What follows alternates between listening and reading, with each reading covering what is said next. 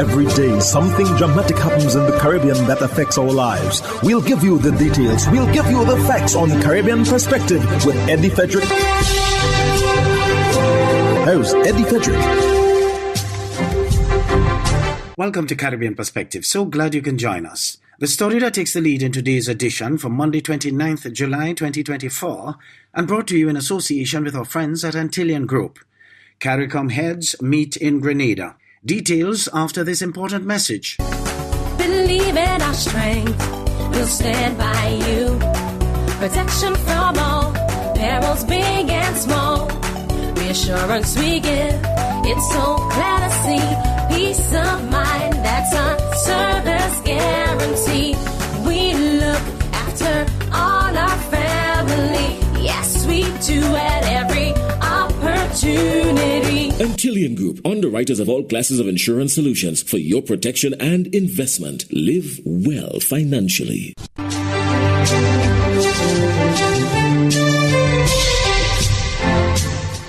Welcome back. The Caribbean community leaders opened a 3-day summit in Grenada on Sunday, less than a month after Hurricane Beryl devastatingly demonstrated the continued impact of climate change on their countries.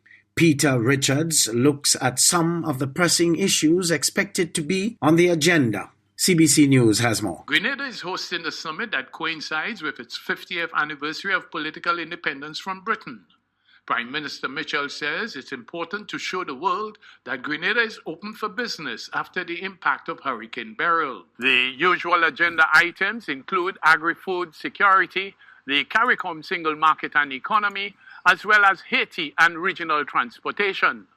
But CARICOM Assistant Secretary General Elizabeth Solomon believes that this time around the regional leaders are more optimistic about the developments taking place in Haiti. It's a meeting in which I think we are going to demonstrate how effective we have been in the last 50 years, but particularly in the last year. You mentioned Haiti. The role that CARICOM has played and the CARICOM heads of government have played in bringing Haiti to the point that it is now is not to be underestimated at all. During the opening ceremony, the Order of the Caribbean Community will be conferred on former West Indies cricket captain Sir Clive Lloyd of Guyana and Jamaican-born former CARICOM Secretary General Roderick Rainford. Secretary General of the Commonwealth, Baroness Patricia Scotland, is the summit's special guest. Peter Richards reporting for CBC News. Discover Jamaica's journey to becoming a republic. Inspired by Barbados' transition in 2021, Jamaica is leading the charge for constitutional reform. More in this report. In late 2021, Barbados made headlines by transitioning to a republic, replacing Queen Elizabeth with Sandra Mason as the first ceremonial president. This bold move inspired other CARICOM countries to consider following suit. Jamaica has been leading the charge, setting up a constitutional reform committee to pave the way. But there's a twist. The opposition People's National Party, or PNP, insists that the move to a republic must include replacing the British Privy Council with the Caribbean Court of Justice. They believe this change will make the judicial system more accessible for Jamaicans. The PNP is confident about winning the 2025 general elections and has stated they will block any move to a republic without this judicial change. Their leader, Mark Golding, emphasized the need to fully decolonize Jamaica, ensuring the final court is accessible and affordable for all Jamaicans. Currently, only Guyana, Trinidad, Dominica, and Barbados are republics in the Caribbean community. Others have expressed interest but taken little action. Jamaica's Reform Committee is considering a hybrid presidency, combining ceremonial and executive powers, tailored specifically for Jamaica. They're even discussing a 7-year term for the president to avoid overlaps with the prime minister's term. The committee is actively engaging with communities to promote constitutional reform and republicanism, with a referendum planned for next year. Crime hike is impacting funeral industry in the Bahamas because of how they may have been killed. Well, 7 months into 2024 and police are up against troubling homicide stats. A worrisome state of affairs for funeral home personnel who, according to Bahamas Funeral Directors Association President Kirsch Ferguson, have forced them to consult with law enforcement to assist in supervising services. And this particularly based on the profile of the deceased, or as Ferguson tells it, the manner in which they were killed. Allowing the directors to take precedence as to when the funerals can be held, where, in terms of graveside or at a church, and also the police being able to be on the services to ensure that safety is straight across the board. So yes, there is a fear oftentimes, but at the same time we are called into render services regardless of circumstances, and we try and do just that. Bishop Simeon Hall speaks on the cannabis bill in the Bahamas. The government's getting a thumbs up for legislating the use of marijuana for medicinal purposes. And just in time for 77-year-old diabetic Bishop Simeon Hall's planned trip to Jamaica to weigh the option of a drug he has never used in life. The government in the Bahamas is saying some people need this herb to get as an antidote to their malady, their physical malady. I've never tried it, and I have one kidney. Man, I go to Jamaica in 2 weeks' time, and I'm thinking about exploring it. I'm not ashamed. See, can we be honest? Not alone, the Baptist leader claims many Bahamians use marijuana for medical purposes.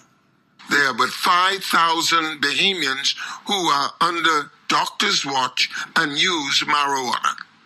But also, I think it is Christian that the government will expunge the records of these young black boys who were found with a little bag of marijuana. Repeat that for me, please. I'm saying that the government of the Bahamas is to be commended for expunging the record for a little bag of marijuana. The person shouldn't have to go to jail, get a criminal record, can't find work. And see, if we're going to talk about being Christian, we must make our Christianity pragmatic. You're listening to Caribbean Perspective with Eddie Frederick, in association with our friends at Antillian Group, underwriters of all classes of insurance solutions for your protection and investment. Live well financially. The hurricane season is now upon us, so we as Caribbean people need to remember to think safety and be prepared. Avoid venturing outside during a storm or hurricane, especially if there are strong winds. Rooftops and other debris are often blown about and can cause great damage.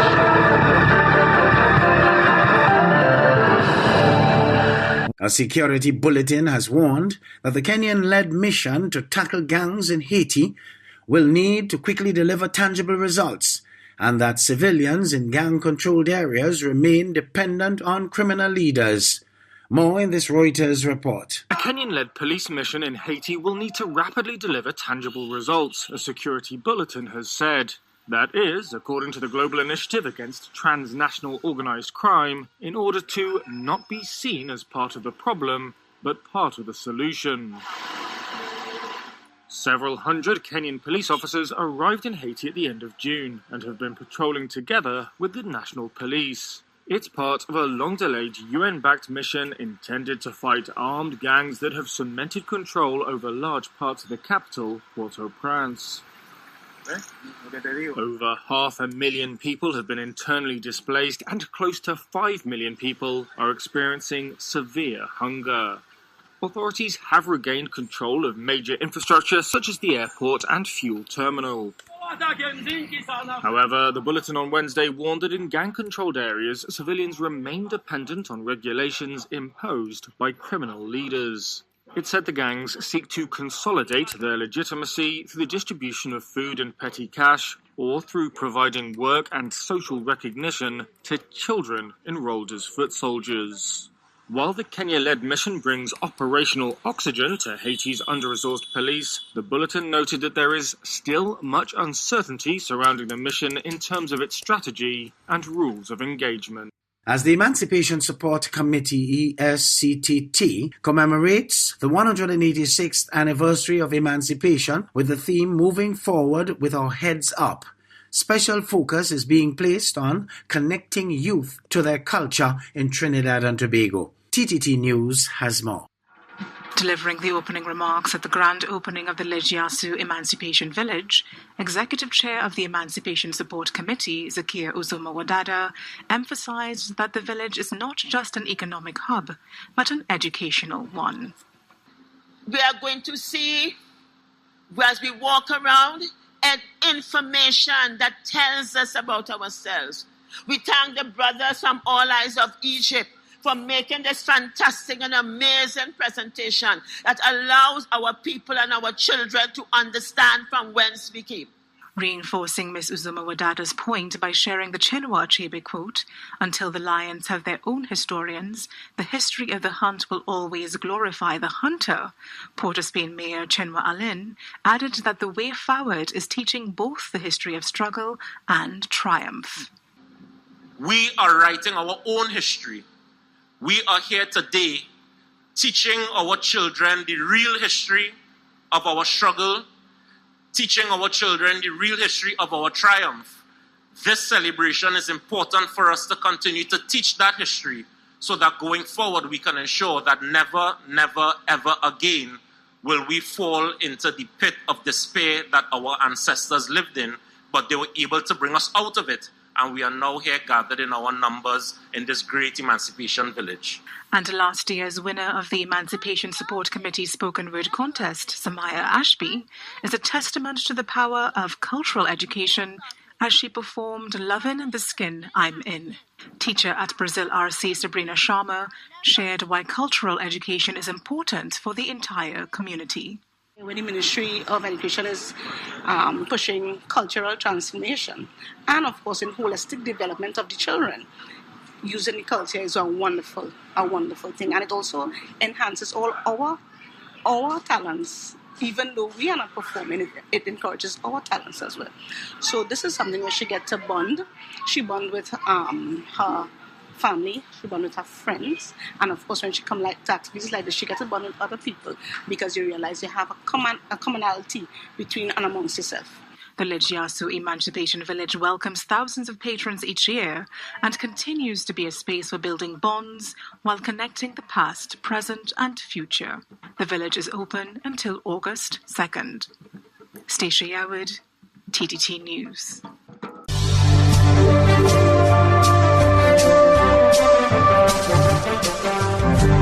I am Eddie Frederick. This has been Caribbean Perspective, a whole new approach to highlighting developments in the Caribbean. In the meantime, please follow us on Facebook and subscribe to our YouTube channel for daily regional news and more, in association with our friends at Antillean Group.